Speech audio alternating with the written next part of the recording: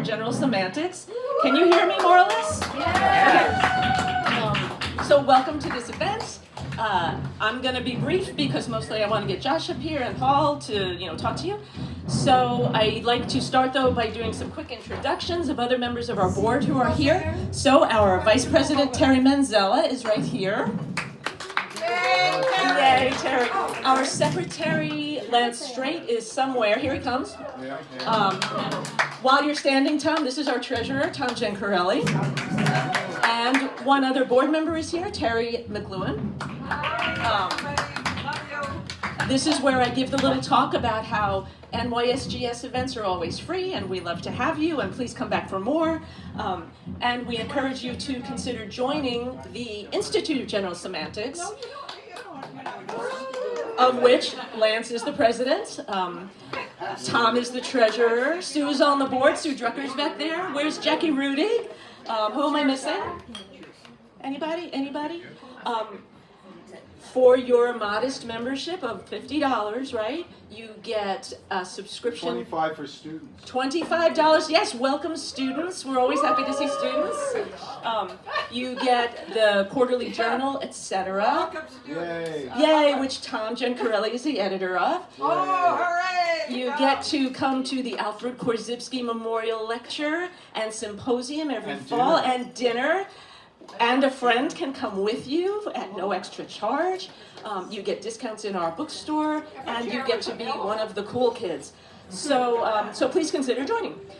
And I'm glad to see that Joshua is here. So now I know he told me not to do intros, but I'm going to give you just a little bit of an intro. I mean, you know who Joshua Meyrowitz is. I'm not going to spend a lot of time. Who's calling? That's you. Brian's calling. Is it for me? That might be me calling Josh to tell us. As you know, we are here to celebrate the 40th anniversary of No Sense of Place, the impact of electronic media on social behavior. There are copies up here, if you so choose later. For sale? For sale. There are two different versions, two different prices, the smaller and the larger. So we will leave plenty of time for you to, first after this discussion, for you to have questions and comments, and then to come up, and if you want a book, if you want it signed, all of that good stuff will happen. So Joshua Meyrowitz is Professor Emeritus of Communication at the University of New Hampshire. I will save the time so that they can be talking. You know who he is, or why would you be here? So he is joined by a longtime friend and colleague, Paul Levinson. I'd like a really long introduction. Who is a professor at Fordham University. Briefly. He was kidding. He was the one who mentioned not to do it in the car. Well, his science fiction novels include The Silk Code, The Consciousness Plague, The Pixel Eye, Borrowed Tides, among other titles. I'm going to be brief here. It's Real Life, An Alternate History of the Beatles. He was president of the Science Fiction Writers of America from 1998 to 2001. His nonfiction books, including The Soft Edge, Digital McLuhan, and New Media, have been translated into 15 languages. So they're going to have a nice conversation. I'm going to sneak to the back and stay out of the way unless you need me for anything. I'll just watch time a little bit just in case it feels like time to, let the audience do something. But let me give you this and take it away. Well, thank you very much, Peggy. Let me just say a few words about Josh, how we first came to meet and how our relationship developed, and then I'll leave it to Josh to tell you about No Sense of Place. So to begin with, back in the early 1970s, I was an undergraduate student at New York University, and I was taking a course in television production. By the way, since then, I produced no television shows, so I guess I learned my lesson back then. And as part of this course, I had to sort of produce a musical, something that had some kind of educational message. Anyway, a woman by the name of Kathy Isabella had a play that she was interested in doing and interested in putting into a form that could be shown on television. And by the way, to show you what kind of person I am, I agreed to do it, but only on the condition that I could write some of the songs for that musical. So I did do that as well. And I first met Josh when he showed up as part of Kathy Isabella's production team. And so little did I know that that would be the beginning of a relationship which would last more than 50 years. And that's a pretty amazing thing. It is. And Josh and I found ourselves in the same class in Neil Postman's Ph.D. program. The name of the program, as I'm sure all of you know, was the Media Ecology program.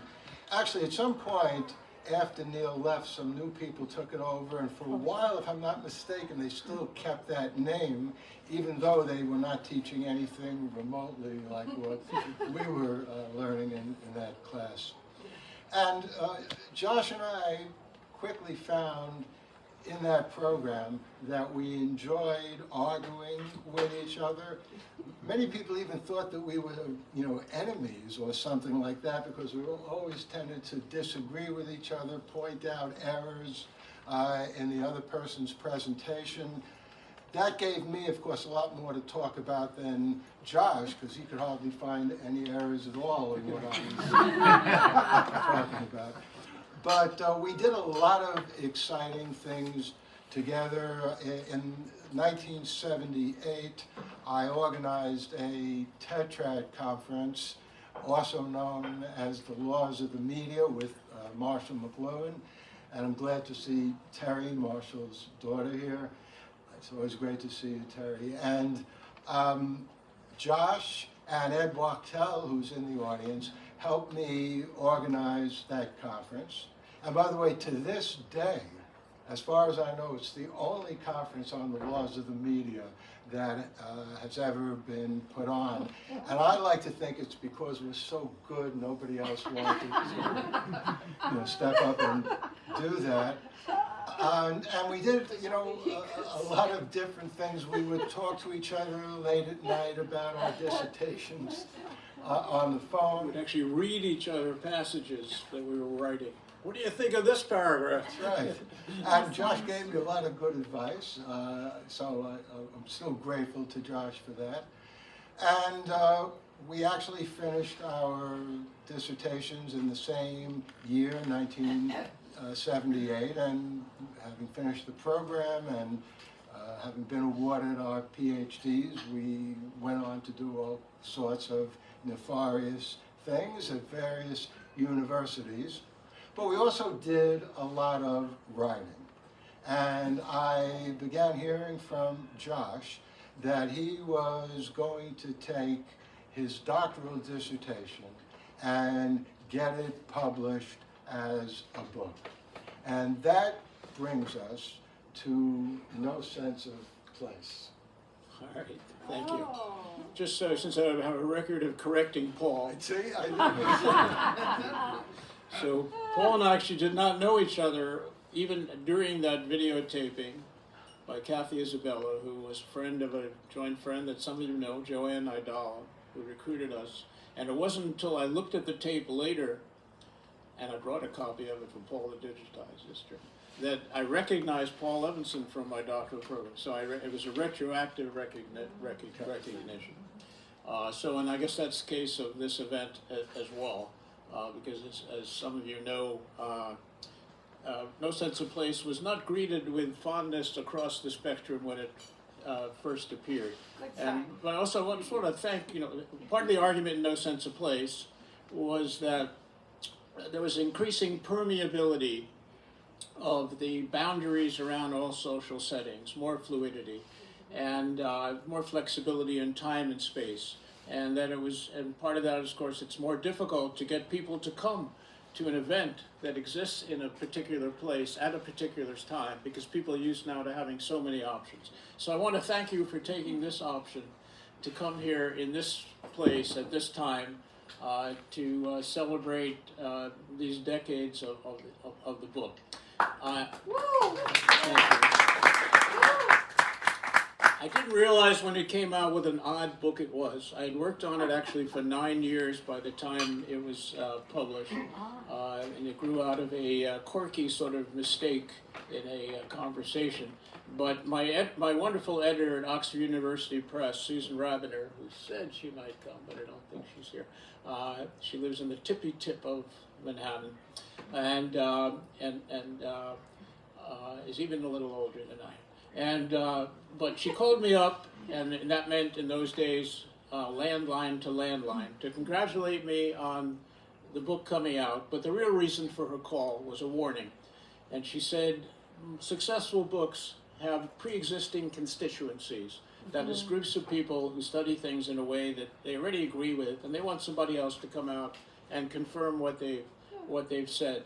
And she said, your book has no constituencies. She says, the approach that you're taking to media is so different from what others are researching about children, being different from adults and different from children even a little older or younger. They won't like what you have to say. Women's movement celebrates their battling television. They won't like you're saying that women learned to battle what was on TV from watching TV, and the political researchers are just not doing anything you're doing. So she said, you just have to realize that it's a great book, it'll have a long history, but you'll probably be dead before it receives any serious recognition. Oh, God. So again, second, thank you for your not making me wait that long. So, I mean, what was odd about the book was that most of the research at the time was focused on content, some form of content. How people, and usually in terms of imitation and persuasion, really very disrespectful of audiences, even of children, where, you know, somehow if you watched a very innocent program as a child, like Father Knows Best, if you don't know it, the title tells it all, where the parents worked very hard to portray their all-knowing, calm, cool, and all-knowing behavior in front of their children. But behind the scenes, the parents express doubts and fears and anxieties about what they're doing, and the children don't know about that. So the children on those shows were very innocent. And the idea when I was watching those shows, those types of shows as a child, that I would somehow then imitate the innocence of the children. You know, what I learned was that parents pretend to know best. It made me doubt the credibility of parents, and it taught me the secrets were small secrets, but it taught me the secret of secrecy. That parents conspire over what to tell and not tell children. So that was not a popular thought at the time, and also the idea that children could, even if, yes, there were all these differences in the way children process information, from even children a year to younger or older, and from adults, yes, so that doesn't mean that children are stupid or that they can't make any sense out of this type of information. But I found my developmental psychology colleagues and at the University of New Hampshire and elsewhere, some of them could not even fathom this argument that information patterns could change children's perceptions of parents and the world, and of how adults see them and so forth. So it was not always a friendly reception, except for among renegade. I did win some awards, and I got a lot of letters from 8th graders and female homemakers, but the researchers were not that thrilled about the book. And it almost didn't come out in paperback because of a really hostile public review in the New Republic, which had not a single, it was carefully crafted to not have a single word that could be quoted. It didn't say controversial, provocative, whatever. It just said that it was a book, that the argument that electronic media was simulating the types of sounds and sights in face-to-face interaction, the author said was preposterous and sinister, and that the book was designed for people who couldn't tell the difference between real faces and talking heads. Now that person did apologize to me, but 20 years later through 3 intermediaries. Let me just add about that person. You're gonna blow the cover of that person? No, I won't blow the cover, but I will say. Tell us, Paul. Yes, tell us. Name names. I'll just give you his first name. It's Mark. And But not this one. no, not this one. But basically, some of you may know this. He's gonna- For writing a review like that, I assume as some kind of reward. I don't know, what it was. This quote scholar unquote was a few years later hired to teach in the media ecology program at New York University. The same program that I was just telling you Josh and I were students in. So it shows how the world turns and changes. And actually, let's talk a little bit more about these myopic editors and reviewers. I'm sure you have many examples. To get back to a second to Marshall McLuhan, a few months after he had passed away. Crispin Miller. Mark Crispin Miller. Okay. Well, okay, I didn't want to be the one to say it, but no, he deserves all the opprobrium you might have.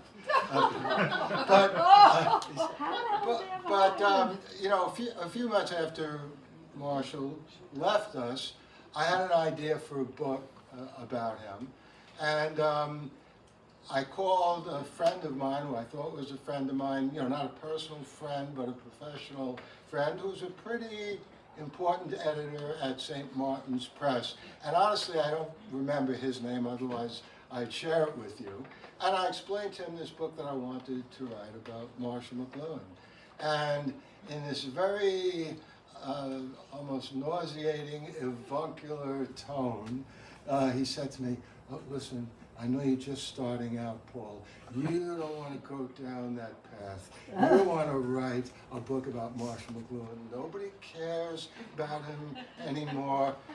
The academic world, the scholarly world took a wrong turn, in the 1960s. You don't want to abet that and make things just worse."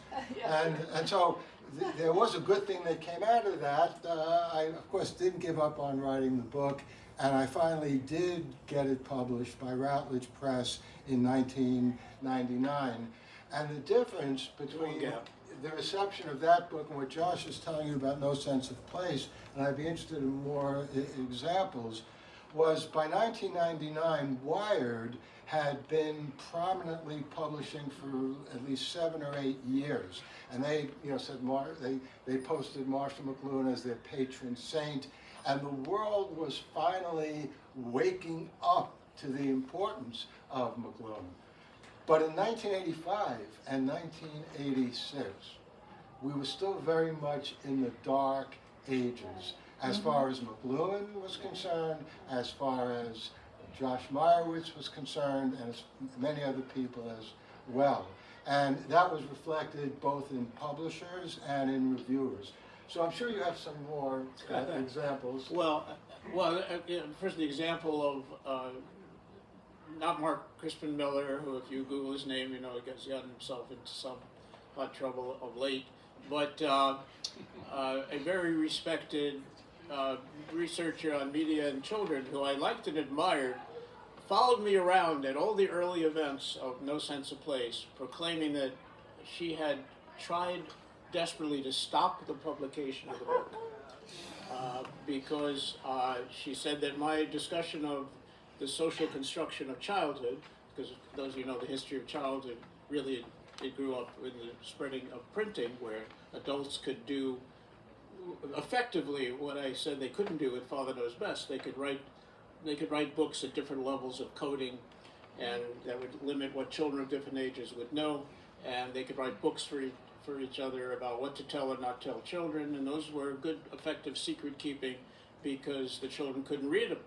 You do that, you take the content-based people, think, well, you can have that same discussion on TV. yeah, you could have the same discussion on TV, except that you have millions of children listening in, learning about the secrets that you're telling them they should know about, and also learning, again, the biggest secret of all, which is the secret of secrecy, that adults conspire over what to tell children. So this very much disturbed this idea that childhood was a constructed artifact of print culture, really disturbed this prominent scholar, and she went around saying she had tried to stop the publication of the book. She's haunted me at all these events because it gave aid and comfort to pedophiles. Oh, that's horrible.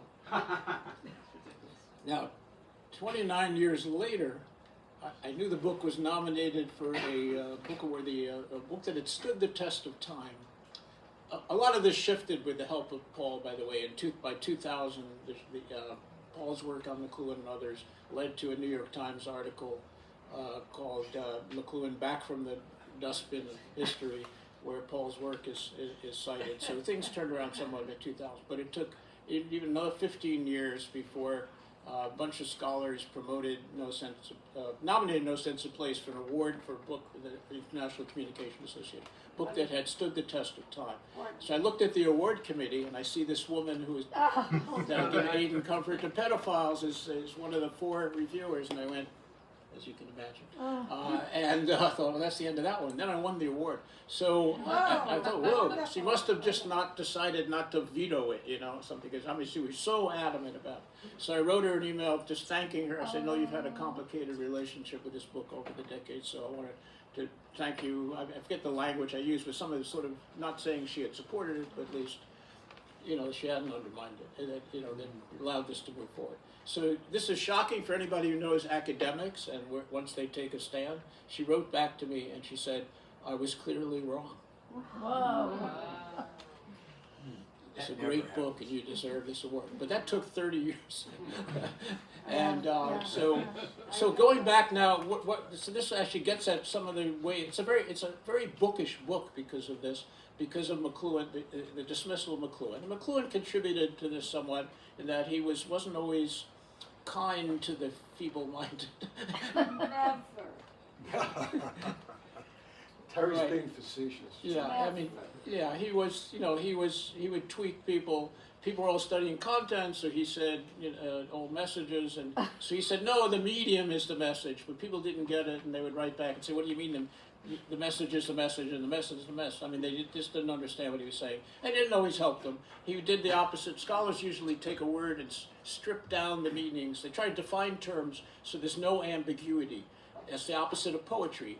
Marshall was a beautiful poet who wrote in poetic scholarship where he loved having the double meanings of words. And people who are very literal-minded and whatever else you want to say with them, Paul would be blunter.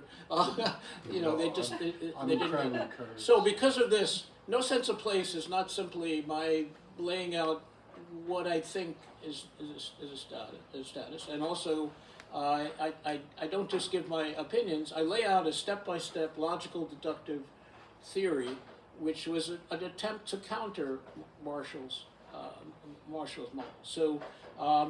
And by the way this all started was a quirky accident. And I think the reason the book still stands the test of time is because I wasn't really talking about particular media. And the idea of the theory actually came out from a conversation gone wrong with my boss at Queens College, John Haney, that Tom and Lance know well. And I was a 26-year-old kid administrator at Queens College running the multimedia lab, and had a kind of cordial but pretty stiff relationship with John Haney. He was about 20 years older than me. And so he's in his 90s. And I was trying to impress him with how, as a kid, I had solved this major problem with my 2 staff photographers by drawing on Irving Goffman's dramaturgical model of how people rehearse and relax backstage. You can have arguments there with your teammates, and then you go front stage and you perform together and so forth, and this was not working at all with my photographers. So he stopped me off right away when I was saying back and front, and just quipped. He said, whatever has a back and a front must have a middle. Let's see.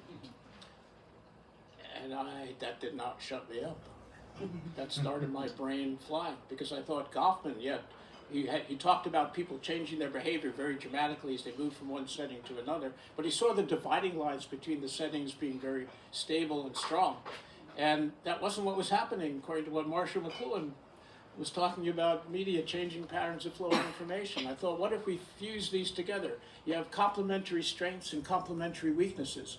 McLuhan knew had a real instinct about media and where it was going, but he didn't really know anything about day-to-day roles. He didn't talk about.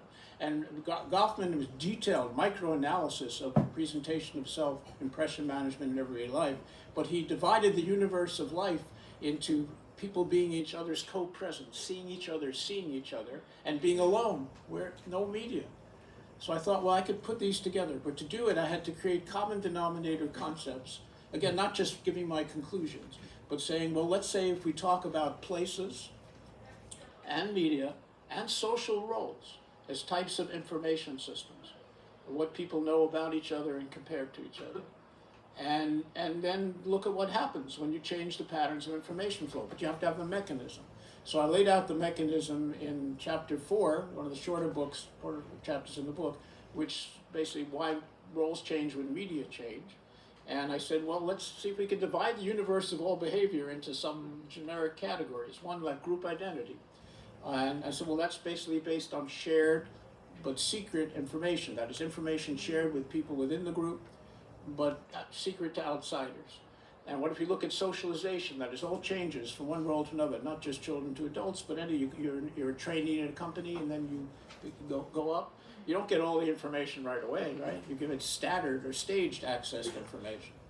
And then third, in hierarchy, roles of authority, where you have this notion that's not, when somebody has in your mind, which is decreasing for reasons I discussed, no sense place anybody that has authority, but has the sense that they know something, not just that they know something that you don't know that you could learn, but they somehow have some qualities that are unknowable. So you have kind of mystery and mystification. So I talked about, well, what if you then look at 3 patterns of information that are, again, all implicitly talking about media. So I wasn't tying myself to a particular media environment, which is why everything in the book, as some of you have written to me kindly, still seems to match what we're talking about. But what if you talk about the pattern of shared or not shared information, what people know about each other and relative to each other? Well, how does that change, and then how it interact with those roles? What about the division between public and private spaces, public and private information? And not only that, but also even what other people look like and how they sound, which it's hard for us to imagine now, but for most of the human millennia of life, people didn't know what people anywhere away from their space looked or sounded like, right? And what about the fundamental thing implicit in that? What about the strength of the connection between where you are physically and what you know and experience and communicate with other people? So I've got 3 role categories that pretty much cover every role. I've got 3 variables of information structure, and then I ran them together into a 9-part matrix running every one of those roles through all the categories. So again, my idea was to do this in a way where when I then had the case studies on the merging of gender roles and well, basically my argument is that these electronic media have given us more career-oriented women, more family-oriented men, more adult-like children, more child-like adults, and leaders who try to act more like the person next door, while everyday citizens demand more of a say in local, national, international affairs. All of which, by the way, has happened a lot more since the book came out, right? So that was why it irritated people so much at the time. Where, by the way, in those days, it's shocking to think of this, when people moved, their addresses changed. Their area codes changed. Right, so, and if you traveled out of your town, you had to carry a lot of cash, and if you got lost somewhere, you need to find a local person who would give you accurate directions. I mean, all these things that have changed. So, I mean, I saw the seeds of this in this lunch gone wrong with my boss, and talked about these blurred roles of middle region behavior. It was also just a few days after Jimmy Carter had won the Iowa caucuses with a very kind of middle region style of politician expressing doubts and fears, wearing jeans, saying, very low key, not carrying, would carry his own luggage and so forth. And so you had, and also then retroactive, this really pissed off people looking back at history and saying a lot of these things we took for granted were artifacts of print culture, where people did not have access to a lot of information, where they had in effect what I call forefront region behavior based on deep backstage rehearsal space, where you look at Machiavelli as a public relations man, and he says, well, you don't have to show the people things, hide as much as you can, and when you show them just the best parts of you. And of course, most people couldn't read Machiavelli. So so you had that system. So it's a logical deductive theory, and it grew out of this hostility toward McLuhan by trying to write it in a way where not only explaining McLuhan, explaining Goffman, but how they would be modified by each other. So that gives you a sense of the oddness, the craziness of the book, and why it was so different from what other people were doing, and how this fight to rehabilitate McLuhan, this was common to both Paul and Meyer. That when Woody Allen took Marshall. Yes, Yeah, Woody Allen helped. Well, there's a whole lot. story. Marshall didn't like what Woody Allen wanted him to say. And That's not true. No, How Marshall. could you say that? That's not Marshall. true. Well, Marshall told me directly that he loved being offered the part, Right. and he was thrilled to do it, but he didn't think Woody Allen's script was quite up to par. So the first part of what Marshall says when he's pulled into the limelight in that theater vestibule is, "Oh, I'm Marshall McLuhan. You know nothing of my work." That's Woody Allen. But then Marshall delivers his own line when he says, "You think my fallacies are all wrong," and that's like vintage, Marshall McLuhan. And if you think about it, the first thing you think is, what is he talking about? But then you realize there's a lot of wisdom in that. If somebody thinks someone's fallacies are all wrong, then God knows what they think or their truths are. It's so and perfect. this is like typical. It's perfect. Yeah, it's like typical McLuhan. He would say things that some people couldn't understand. And by the way, Josh is right about me being usually more publicly insulting to people I don't agree with, because a long time ago, I realized that the scholarly world, the academic world, that was so quick to denounce McLuhan, and we're never going to allow his book to be assigned to any class. I mean, these things actually happened. I realized an academic who had that view of McLuhan could only be one of three things. Lazy. I was too lazy to read the book, didn't even want to read it. Jealous. They did read the book, but they were jealous that they didn't come up with the idea.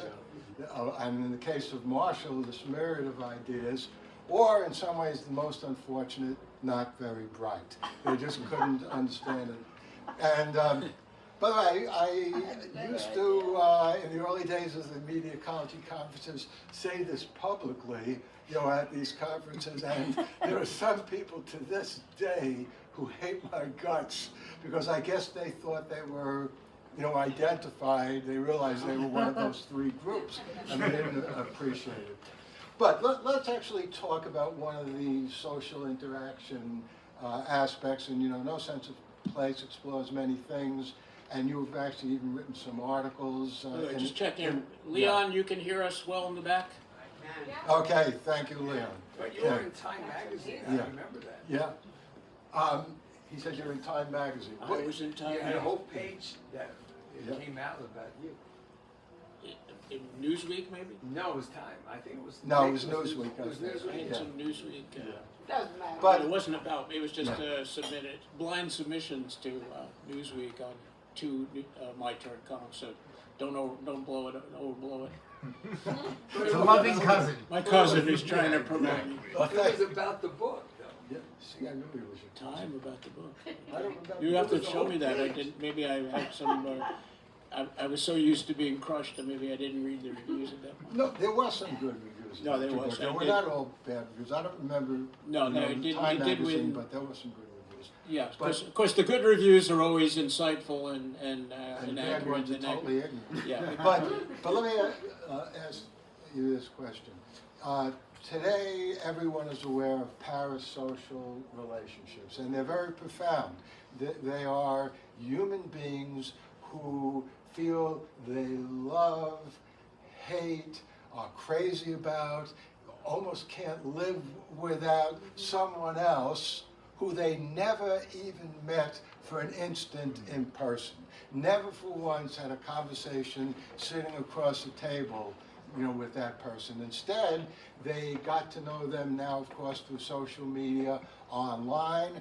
But years before that, before there were any social media, before there was an internet, there were parasocial relationships being established. People would see other people on television, feel that relationship to them.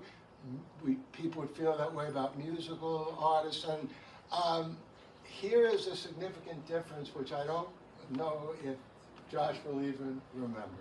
I already alluded to early 1981, a few months after Marshall McLuhan passed away. That happened at the end of December 1980. New Year's Eve.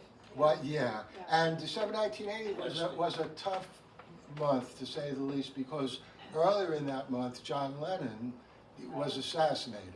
And as some of you know, because I always somehow wind up talking about that, I've never gotten over that. I mean, it still aggravates me in a way that even the assassination of a political figure, aggravates me a lot, but not quite as much as that.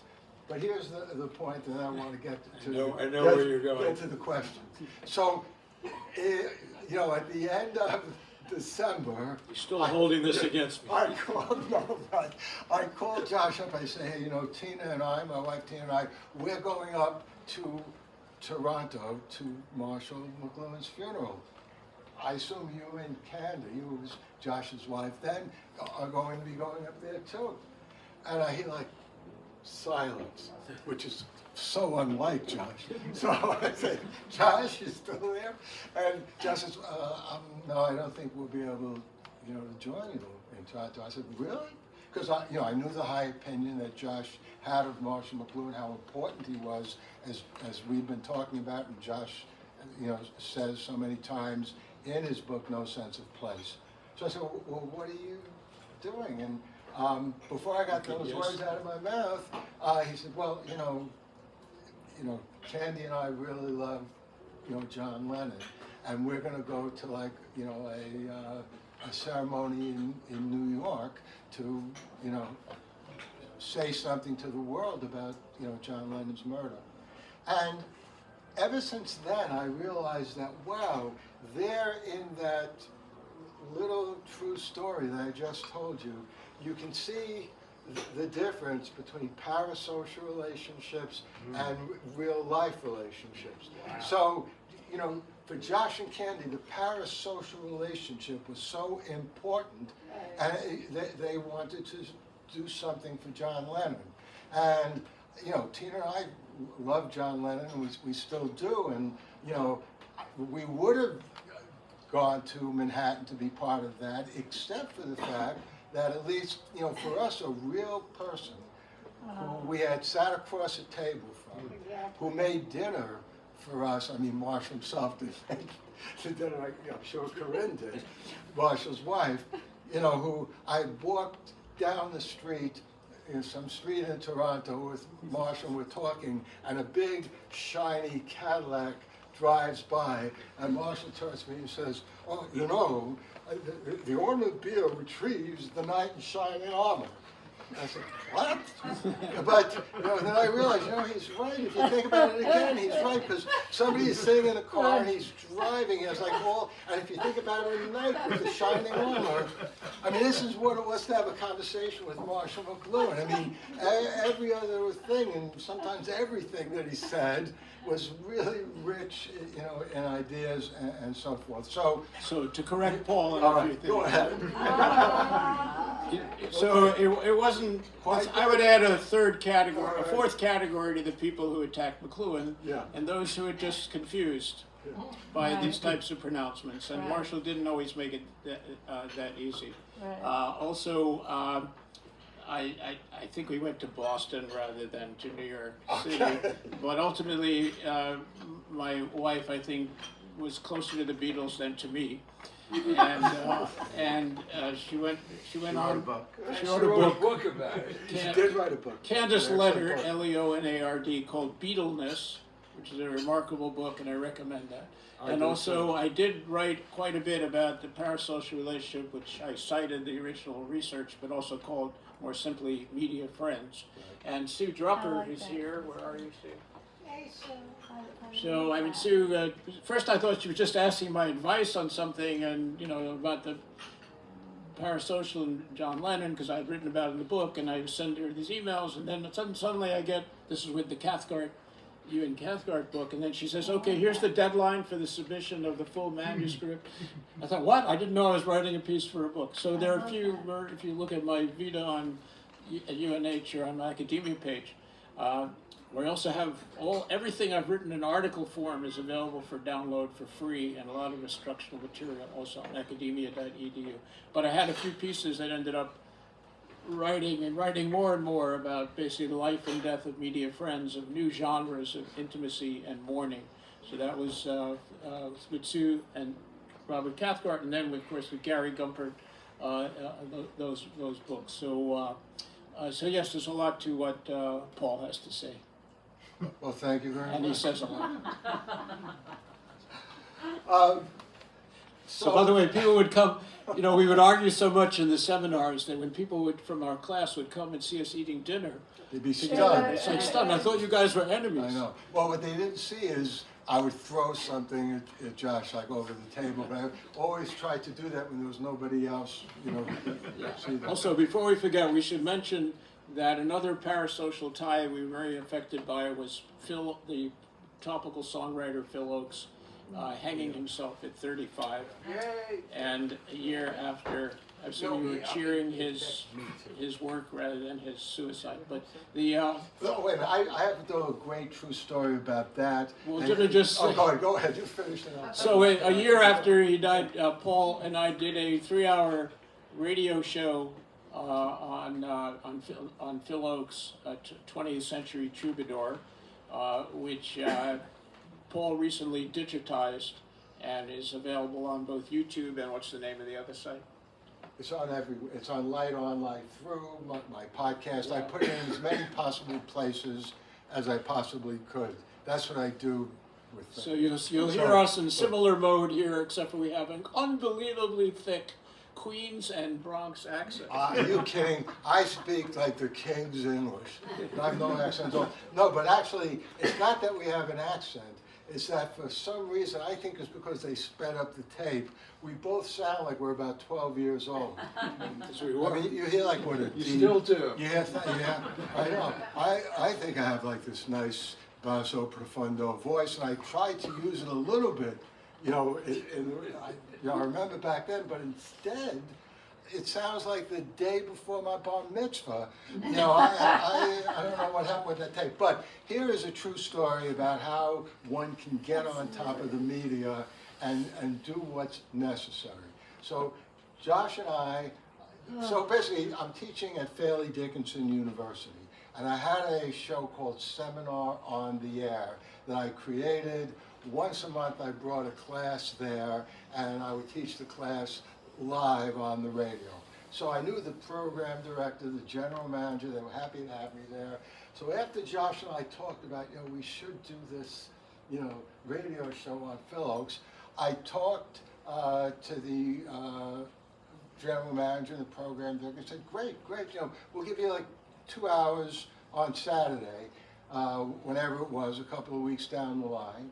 And you won't do it live, you'll record it. So I said, okay, fine. So we go in and record it, and it won't surprise any of you to hear that both of us had a lot to say. And before we realized it, we look at the clock and say, oh my God, we've been talking now for 3 hours. So I called up the program director. His name I'll mention, Brent Fellner, because God bless him, he's no longer alive, so he can't be insulted by this. And Brent said, hey, how did the conversation you and Josh Meyrowitz have go? How did it go? And I said, well, it went great, but it was such a vibrant conversation. We wound up talking for 3 hours. Well, a lot of music in it also. That's true, in all fairness to us. And he says, hey, look, I'm sorry. We're a radio station. What do you expect me to do? Just knock out somebody else's hour? I allotted 2 hours to you. You go figure out a way to edit it back down to 2 hours. So I don't know if any of you are Phil Oakes fans, but you can't edit any song out of a Phil Oakes radio documentary. Everything the man wrote was genius. In our view, he's every bit as important as Bob Dylan, but unfortunately just never got the right publicity. Anyway, here's what I decided to do. I knew the guy at the New York Times. He had a very important job. He didn't even write the television listings. His job was to write the radio listings, and it was what's on radio shows. So I called him up and I said, hey, I have a show to tell you about. Okay, when it's going to be, blah, blah, blah. He said, okay, send, send the, not an email, a letter. Right, with no that. email then. Right. And so I knew that the time of the show was supposed to be from 9 to 11. But somehow when I wrote the time of the show, my hand slipped when I got to 11. So I wrote 1, and then rather than just writing the 11, somehow I wound up writing a 2 over there. I mean, it wasn't dementia. I was much younger then. I don't know what happened. So I sent that into the New York Times, and on the day that the show was supposed to air, I get a copy of it, and there it is. Saturday night, 9 to 12. So I call up the program director and I say, oh, Brent, I'm really sorry. I don't know how this happened. Maybe I made a mistake. Maybe it was, the people at the New York Times. They should be more careful. So it's going to be 9 to 12. What are we going to do? And they had already, partially edited the tape. And he said, all right, look, we already have it down to 2.5 hours. It says 3 hours? I said, yeah, it's all right, don't worry, we'll put some more music, Phil Oakes music in at the end. So that's how the show came to be 3 hours. And the moral, I think, of that story, and maybe Josh can give us some examples. When you're dealing with the media, this is the traditional media, not social media, which are a little different. But when you're dealing, whether it's a publisher, whether it's somebody who's writing lists of radio shows, whether it's a reviewer, you have to always try to be one step ahead of him. And when you have an idea to do something and it might not seem appropriate, that easy to do, maybe even slightly unethical, I can tell you now, all these years later, that to this very day, it's one of the things that I'm proudest of having done in my career so far. Maybe Josh can tell us. Well, I think in terms of a issue of the moment, rather than going on so long just between us, I think maybe we should open it up to people's comments, and we may give long comments and questions, long answers, but let's see what other people have to say and what they're thinking. Does that sound reasonable? So is there another microphone? Where's Peggy? Does Peggy leave us? Well, we can repeat the question. I'm pretty loud. Okay, scream on the top of your lungs. This is Idme Patterson. Yes, image. And there's a part in your book where you talk about the blurring of public and private. And specifically, you talk about politicians becoming performers.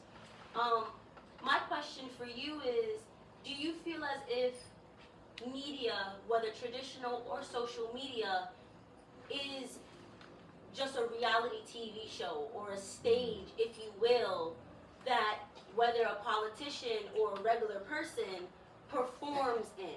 Does that make sense? Yes. Okay. Yes, I think that I mean, and Paul talks about this a lot as well. I mean, the media that what we were first writing about was unidirectional, so that it was permeating spheres that were traditionally, if you read the literature in the 40s, it's the home as an isolated sphere protected from the outside world, and how children are protected there. And there were dramatic changes in our time, whereas I wrote about television taking children across the globe before their parents had given them permission to cross the street. But the children and the parents were receivers of information, and they may have changed perceptions of themselves, but they didn't really have an easy way to display that anywhere else in the world. So now you have this expansion of the performance of self from situations bounded in time and space, and with people, as Kaufman described, in each other's co-presence, or with what used to be really expensive long-distance calls. We had this whole world. So now you have this opening up of the sphere, and whether good or bad, I mean, in Nicholas Carr's Super Bloom, which I recommended you earlier, I mean, he talks about,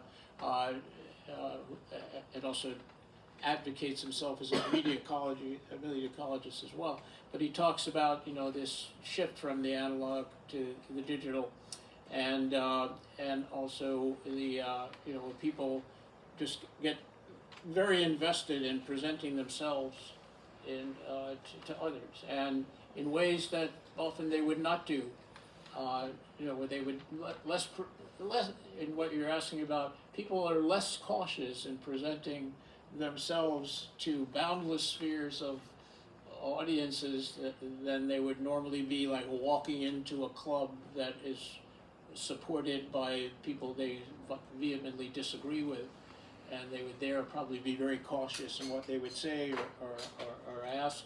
And now we have a situation where, because of the way you project these in social media that are accessible to everyone, that you're performing often for the world, and it changes. In terms of political, it's hard for any political leader to present a pure persona now, because of the history, and it'll be worse as we go along, the history of what they've projected when they were younger, and the tattoos they got on their chests, and all kinds of things. So the unfortunate consequence is that in the lack of anybody who's very pure, a lot of people won't run for office, and then you end up with people like we have in charge of our country now, who are very impure. By the way, Jack, proclaim it. I was going to say, Jack Schlossberg, JFK's grandson, just announced he's running For what? for Congress. He's Jerry Nadler's seat. Jerry Nadler's seat. Oh. Yeah. Wait, so say it again. Jack Schlossberg was Caroline Kennedy's son, Okay. and John Kennedy's grandson. Yes, that should be exciting. Let me just say, by the way, I want to, on this thing about performing. Is that a political pitch? And social media, I want to recommend a book to you, and this will be the rare time I'll recommend a book to you that I didn't write. So I want to recommend a book called Post-Journalism by Andre Mir, M-I-R. Oh, yeah. And in this book, he's, by the way, he's originally a Russian, but he's been living in Toronto for a while, so he must have picked up some good vibes from Toronto, right? Not their baseball team, but very good thinking for sure. But in his book, he makes the point and basically gives some very impressive examples of it, and he analyzes it very astutely, that newspapers prior to social media, and therefore social media at first, because to use another of McLuhan's ideas, the new media basically look in the rear view mirror for what they're trying to be. And so at first, places like Twitter, now X, tried to be like newspapers, just in shorter forms. In other words, they tried to present facts. They tried to present truth. That was the goal of people who posted on social media. But what gradually happened was people began to really love getting their tweets retweeted, comments on other social media shared, liked. All of that gives you a dopamine rush. I think that's great. I'm a big fan of dopamine. I go crazy when people say, "Oh, this is dangerous. You're getting too much dopamine." What are they talking about? It's a natural hormone that all of us have, but I don't want to go too far off in that direction. But Meir's point is that now what the case is with social media, and apropos your question about performance, what people want is not truth in their posts. They want posts that others are going to like and share. So they perform the posters. They say the craziest, stupidest imaginable things, and they're thrilled when it gets retweeted, reposted, and they don't care at all whether it's true or not. And that's why, you know, the development of social media has put truth itself, I would say, at risk. Because you have this information going out to millions of people, and it has really no connection to the truth very often. Right. The only criteria that it has is it's going to be, if it gets spread and disseminated that far, basically sent out to that many more people. Nothing accountable. What? Nothing accountable. Nothing is accountable. That's exactly right. Joe? Something you said that someone said, you know, early on, there was a lack of constituency for No Sense of Place. And something I've wondered about your book, maybe some other books in the field, is, you know, Media Ecology, your book, it offers a sort of scientific approach to understanding history, right? We can understand history through these sort of material forces. But it's not, it doesn't plug itself into any sort of simple left-right framework for understanding history. It doesn't plug itself into, for example, a sort of, you know, class, you know, the sort of Marxist framework of understanding history through class tension. How much do you think, like, the fact that it doesn't lend itself to a sort of political project curtail the adoption of some of these ideas, maybe within or without academia? That's a great follow-up question, because it's tied to an earlier form of that dopamine, and that is people generally wanted things that made an argument that fit their political perspective. And they would select something that was good or bad about media, and they would pick that out without looking at the larger thing. Now, I felt an obligation to say, hey, this is one structural type of change. So you can't really pick or choose. You can't say, well, it's great that women are refusing to imitate those early TV shows, and you have this form of gender liberation where you have women, and many, including wonderful people in this room, who are active in all these spheres, and that men are more engaged in childcare and more aware of the emotional and emotional consequences of their actions. But then part of that also means that you have to confront the fact that children are not isolated in the way they were before, and that they're going to be exposed to things that were considered inappropriate to children for hundreds of years. And you can't really, and if you want to have this intimacy with political leaders to get to know them better, what you're going to find is that they can no longer present an image of greatness. That's all one package. So I agree with you that people didn't like that.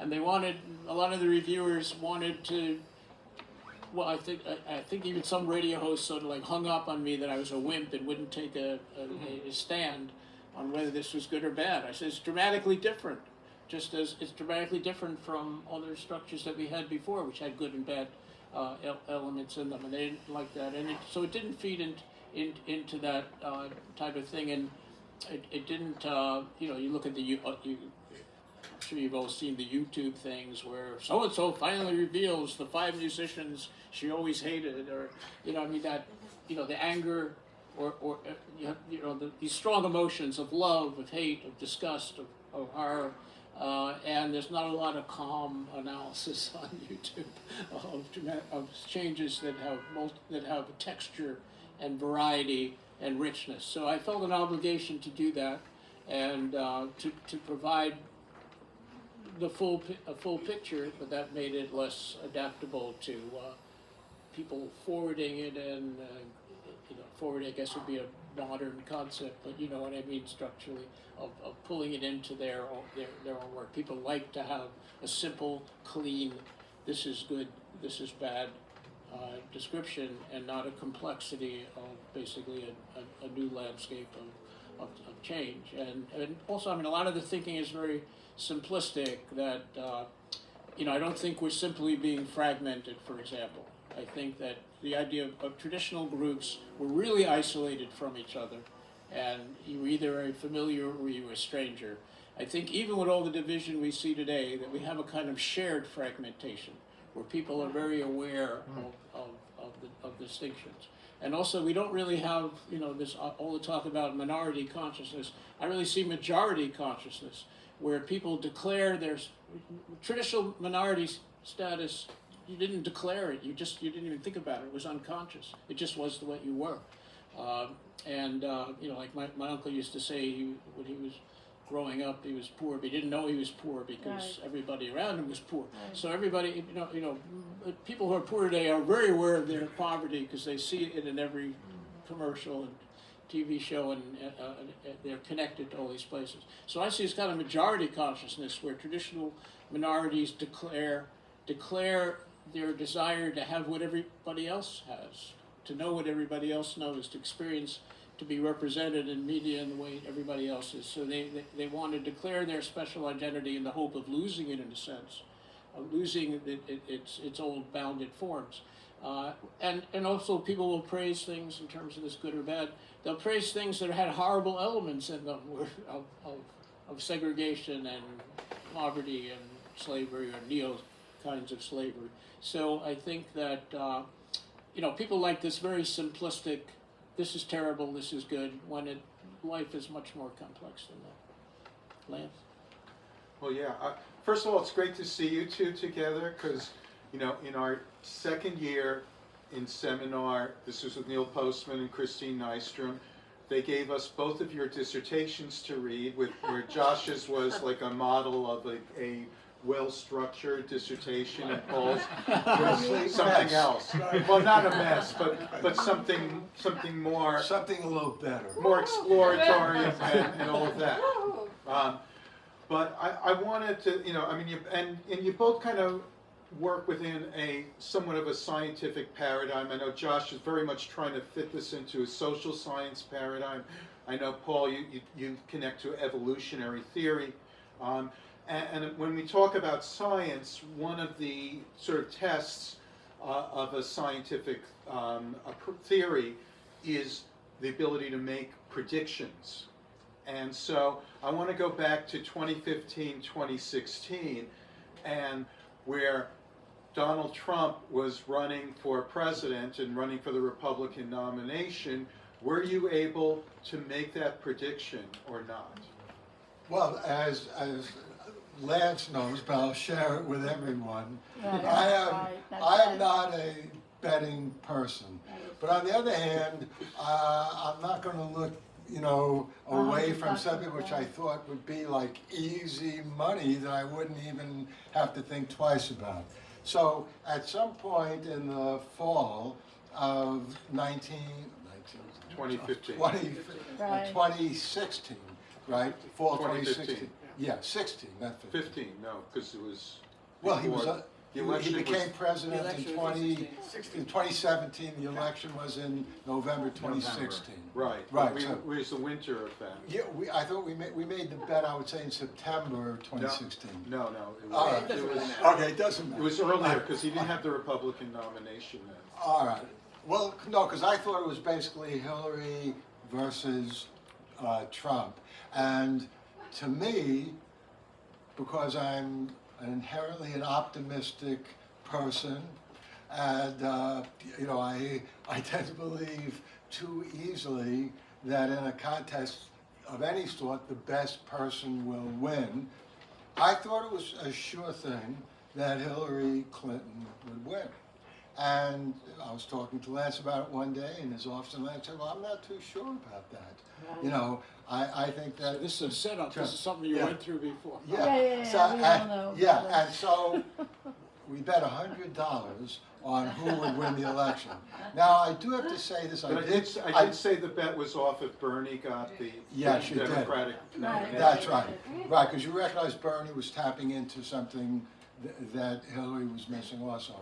So I did, pay Lance, and to this day I'm furious about it. I know. I don't think you told me it was I know, I think I told you it was $10. You probably told me it was like $10. I know, yeah. I was like, oh my God, how could I have done that? But anyway, I do want to, though, make the point that, in all fairness to me, we have the Yiddish word for this, verkachte, election system here in the United States. kidding. Hillary Clinton won the election, right? We're a democracy, right? I don't know. In my view, in a democracy, you count out the number of votes. Whoever wins, that's the person who wins the election. Not in the United States. You have to win electoral votes. So in that election that took place in November 2016, Hillary did win the popular vote. Trump did win the electoral college. There are some people to this day who still think the Russians had something to do with it. But apropos what you were saying about Josh, I do believe in truth and science and evidence. And absent some absolute proof that Putin or one of his agents snuck in here and figured out a way to basically get into precincts where the vote was not even digitally tabulated. Anyway, so I think that the results were by and large correctly reported. So that's why I paid Lance, it was $100. But Les, what was the point of your question or point? That you paid him. The ability to predict results. Okay. So Right, so I'm you- asking, and I know that you were wrong. Well, now this raises the question of what to do about these. But I'm wondering if Josh, if you could So, put yourself back in that time period, how did you see it based on your, He's asking, Yeah, well, back now you got me back on that. Well, Joe Wiesenthal, who I did not know, told Michael Brendan Dougherty at the National Review Online to read No Sense of Place. That's the first time I heard Joe's name. Joe is a Bloomberg podcaster of the podcast Odd Lots and a fan of media ecology who reached out to me coincidentally before this event. But Michael Brendan Dougherty writes a piece how No Sense of Place explains the election of Donald Trump. So you'll have to look at that, or I can look that up or send it to you. I don't want to go into that. But I wanted to shift to, since Lance sort of set up this thing about money. So there's a question. Paul and I had, at the Gary Gumpert Memorial downstairs, Lance held up this journal, a rare copy of a journal that he had actually paid money for, an article by Gary Ed Gumpert. charged me. Where's Ed? Who charged you? Ed, he charged me $5. I never collected. Yes, you did. You did. So, but this is quite an issue with Marshall McLuhan, George Gerbner, Gary Gumpert, Paul Levinson, and Joshua Meyrowitz, the first article ever published. As when I freaked out my advisors by changing my topic, I gave them a sample chapter called The Rise of Middle Region Politics, which they treated as a submission to this journal. So the question is, if anybody wants, we don't want to hand them out, but if anybody buys them, who gets the money? So now that Paul paid you the $100, I'm thinking. Yeah, I agree. I think Josh should get the money. Goes to you two. Glass is selling. I think you should get the money and we'll split it, because we both have articles in there. All right, so we'll see. We'll have people make offers. If you're interested, I don't just want to hand them out, but I would be willing to donate it to the organization, whatever. But they're selling a PDF of it, so a much decreased value item for $10 online. So if you're interested in maybe paying $15 for actual copy that you can even get signed by Paul and me. Yes, Please, I thought I was he here for a moment. needs the money. It's true. So we're making a little play. Well, you have books to sell too, right? Yeah, books I have. I'll sign any old books, but if you want to, books that you've had for years. But other comments? Yes, Susan. So this isn't a question. I can't really hear you, sorry. This isn't a question for me, this is Gary, I'm challenging Gary. Your book was important. What have you done for me lately? Where'd I get it up? Have you thought about updating the book? Exactly. Yeah, so, well, there is a, you know, I worked on it for 8 years, and I'm not gonna, the beauty, what I'm told, including by the Persian translator, which is coming out in print, is not, and other people says, please do not touch anything in the main text itself, because the whole idea of it is that it laid out everything that was going to happen, and it would be undermining, it's whatever you want to call it, people call it prescience and predictive, whatever. But I've been trying to get Oxford University Press for more than 10 years to come out with a version that's larger so you can read the print more easily, though it's also an ebook, and to have a new introduction. And I cannot get Oxford to, they keep saying we'll be in touch soon for months and months, and I told them about this event and they didn't respond, and so I think I actually need to, anybody knows a good agent who can find me another publisher who will print, take over the book, and then I have to wrest the rights away from Oxford, which has not treated me terribly well and also has not paid me royalties that they owe me, and I can document it. That's annoying. So, I can, if you want to see the introduction I wrote for the Persian edition, I will send it to you. Josh? Yes, Bob. Who is my colleague from 40 years ago. First of all, congratulations on 40-year anniversary of No Sense of Place. Now, I hear a rumor that there is another book you're working on, a follow-up, No Sense of Humor. Well, that was the third of the trilogy. There was going to be No Sense of Place, No Sense of Time, and No Sense of Humor. That was my sister recommended. Time is a good one. But Bob, Bob and I were Gary Gumpert's TAs at Queens College. And I have to tell you that the reason I left the program is because, unfortunately, if you're a B or B+ student and the guy next to you is always A+, and they're lobbying the school to change 4.0 was the highest grade you could get, A, and Josh was lobbying for 5.0 because that's what he That's did. complete bullshit. And I realized, no, really, it's the truth. And I realized I do not belong in this program, and that I had an attention span of about 30 seconds, so I went into advertising. Good for you. Yeah. You sound like an advertiser. Well, thank you. Thank you. Or no, thank you. So, by the way, in 1974, my friends and I used a miraculous porta-pack, which I think weighed only like 46 pounds, to videotape Bob Joseph's first wedding. And Congratulations, Bob. Well, my first was pretty good, but this one, unbelievable. This one went viral. Valerie Light. So, but there's a media lesson in here. So the wedding seemed great, and we were so excited to have a video record of it that we went right home and, bad mistake, watched it. And the wedding that seemed perfect when we were living through it, we captured drunk guests behaving badly, a small fight between Bob and his his then new father-in-law, the band playing slightly off songs. And so it raised the question of which was the real event. The one on video. Oh, that's And interesting. That's a great thing. Which is the real event? Gets at That's very it gets at Addison's question as well, because the question of which is the real self that you're projecting, the one you do privately, the one you present to the public. Now, so then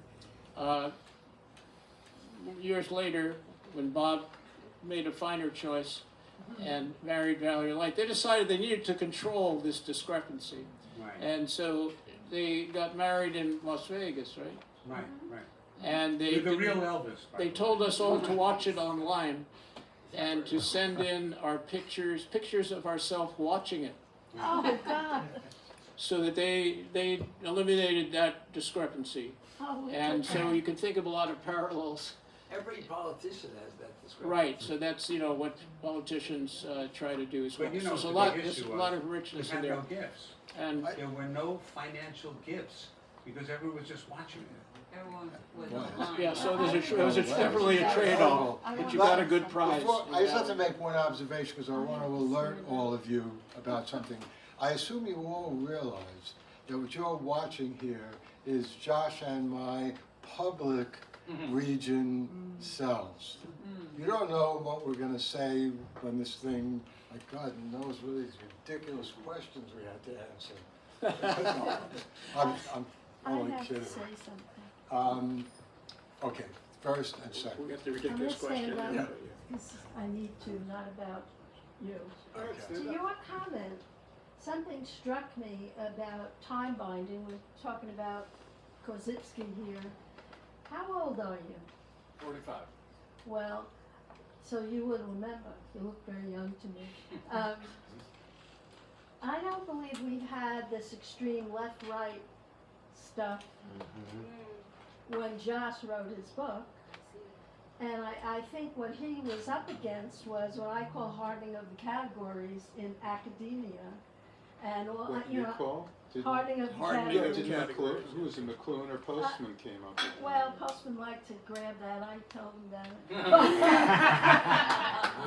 Actually, a client of mine told him that. And so I think that what he got pillaged by, or whatever, excuse me, I think that that kind of headset and fear, and I think your three, the people who didn't understand it is more relevant, because I had written on some, and I was an A student, I had written on in my doctoral program in sociology, which I had a free ride in, you are not allowed to mention Marshall McLuhan in the same paper about Karl Marx. Right. And I thought that was so outrageous. I went to the professor and we had a really wonderful argument.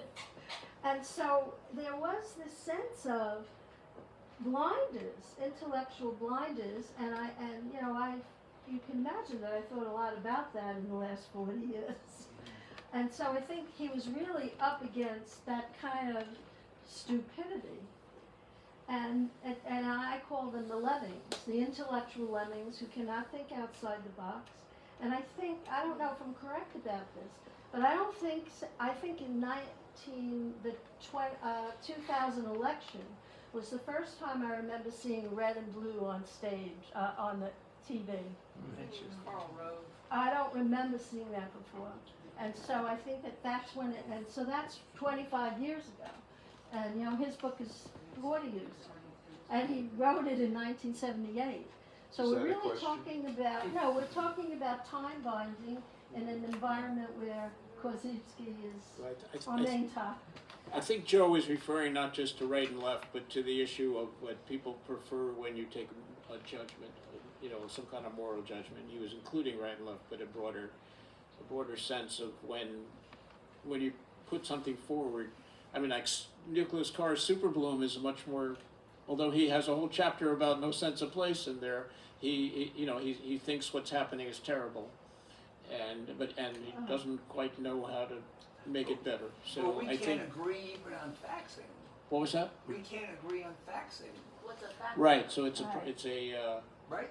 So, it's problematic. The other thing, by the way, just to mention, is part of the sin I committed in No Sense of Place was that I wrote it one reviewer wrote, if writing plainly is a sin, Meyrowitz has sinned badly. I didn't use a lot of jargon. I didn't speak from within a particular discipline. I created a number of concepts, but they were kind of common sense concepts. You didn't need to be trained in discipline. And that kind of irritated people. If you weren't using the jargon in their discipline, then you were somehow hostile to it. And also if you had I agreed with a lot of the critical theory work about the control of the media and propaganda, and I've done a lot of work on propaganda since then. But that was not what my book was about. And I was, and Ed still here. Ed used to help me with this because all the attacks, and Ed would read some of this stuff and just say, you should just say, you're doing that. That's not what I did. You remember saying this? I'm not sure I remember saying it, but that is what I felt, so I probably did say it. Yes, right, there you go. Memory fades with time, but I remember it very clearly. So there was this thing of, if you're not doing what we're doing, you're bad. Yeah. And Oxford, by the way, did not initially know what to do with the book. They asked me what field it was in. And I said, well, it's not actually in one field, it's in all these fields. And they said, well, we can't sell it then, as you know what to sell it for. Now, they started this whole, they kind of came around to what I wrote about in the book, about this idea of different people, different fields writing about the same thing in different jargon, and that was not good, and they really needed a specialty in generalism and writing plainly and clearly. Now they have a whole thing called intersections, where they're writing stuff that sounds like quotes from No Sense of Place about the need to write plainly and jargon-free, but the person who's promoting that doesn't answer my emails about the new edition. So. I'll just add quickly, Let me just make one point. One thing I do agree with Trump about is his view that there's no such thing as bad publicity. And he obviously practices that to a fault. Trump does. But the reason why I'm saying this is that those negative reviews, as painful as they are making your book in some sense even more attractive than it would be if it hadn't been reviewed at all. So that's why one reviewer, I had an odd thing where somebody was writing they invited me into an exchange on the book, and so I had the odd experience of being sent what other people wrote anonymously, and this was 1992, and this person wrote that first, that No Sense of Place should not be taken seriously at all, but also even 1992 to even have a bad review about it, a critical review about it, would bring attention back to Marshall McLuhan, who he had triumphantly helped banish from the Academy, and was delighted to see that the new media textbooks made no mention of Marshall. So that's sort of an example in a weird way of what you're saying, that person saw even a bad review of my book, promoting not only my book, but also Marshall McLuhan. So it's good. May I suggest one more question? And then we're gonna All right, open up the- I'll take it. So obviously, the two of you are bright men who are well ahead of your time in predicting what happens in media and society. A lot of your theories and ideas have come to fruition in today's social media, right? There's public personas, you can post something and only let your good friends see it, so on and so forth. So as someone earlier said, like, where's the today version? You don't have to write a book, we'd love you to. But, like, how do you feel that all of your theories and predictions that have come true can be best applied to our society today when our children are using social media too much and not engaging with humans enough? And how can we leverage your foresight to make the world that we live in, which is so incumbent upon fakeness on media, a better place?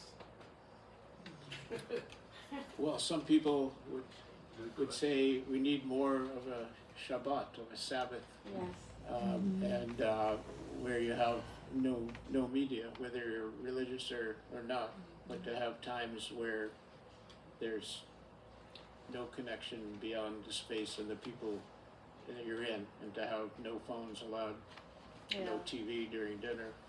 I hate restaurants that have folded screens. It just horrifies me. And it seems just like, what is this about? I mean, why would people come here? You've been to dinner with your grandchildren. Say that one. You've been to dinner with your grandchildren. That's exactly what happens. Right. I have actually a different, radically One of my different. grandsons tried to call me during this. So How's he doing? I don't know, I didn't check, I hope it's not a crisis. I have a radically different view or an answer to your question. If you go back to the 1930s, it's crystal clear that Hitler both rose to power and stayed in power because he sounded great on the radio. And I've always thought it's a good thing. FDR also, they Yeah, were twins, exactly. radio twins. That's right. And I always thought that's a good thing for Hitler that there wasn't television, because he's preaching the Aryan ideal. He himself doesn't look anything like that. And either. he's ugly. too. FDR also was in a wheelchair. FDR was in a wheelchair, and Winston Churchill, basically rallied England, and they were able to withstand the Nazi attack because of that. And He was drunk all the time. well, yeah, he was. He had brandy and a cigar for breakfast. He lived into his early 90s. So, go figure it. But my point is, I think we have to be careful not to run away from social media. And this idea we need time off from social media, no. I think we need to learn to express ourselves, express our democratic values more effectively through social media, just as FDR and Churchill did on the same kind of radio that Adolf Hitler used. Yes, and in today's day and age, there's filters that allow you to express yourself in fallacies and allow you to show up in ways that aren't real. That's so. While yes, it should be that we should express our true selves, the majority of the people don't. Right. And the majority of the people who we engage with on social media, we're not seeing their true self. We're only seeing their backstage self. Right. So how do we, again, apply these theories so that we can use it for betterness? It's tricky because true self is a difficult thing. And one of the things that Goffman got correct is that often that people think the backstage, behind the scenes, is the real, it's true, and we use that. We think if we got a surveillance camera, or people say, but backstage is also often a role. There are things that, well, for example, you can call me out. Well, the way Paul and I are speaking right now, our families and friends would not let us do if we were backstage, right? You'd say you're talking like you're lecturing, and so you sort of have to fill in. You have to often do things backstage that match the expectations of the people that you're with, and it's not necessarily your real self. You may actually feel very connected to, and it may not happen immediately, but very connected to the public persona that you craft in public spheres.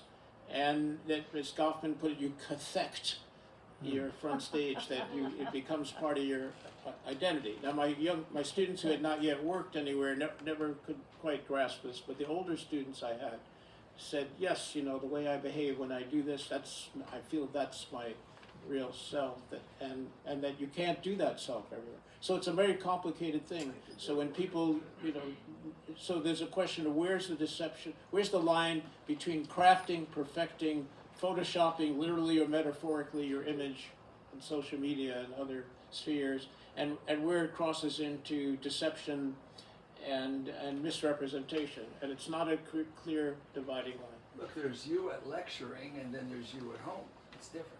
Right, they're both parts of my real self. Josh lectures a lot at home, Especially living alone.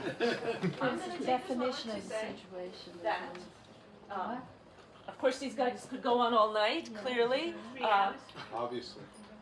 Right now, what we're going to do is thank these guys, but also come on up and talk some more. Buy a book, maybe.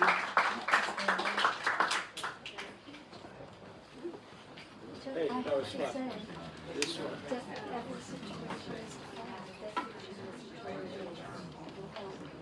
Hi, Janet. How are you? How are you? How you doing? Yes. Hi, Bob. Good to meet you. Please drive this. I saw my video.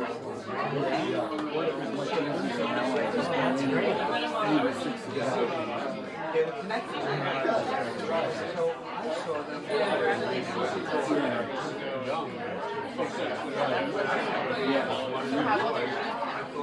18 years, like 18, 19.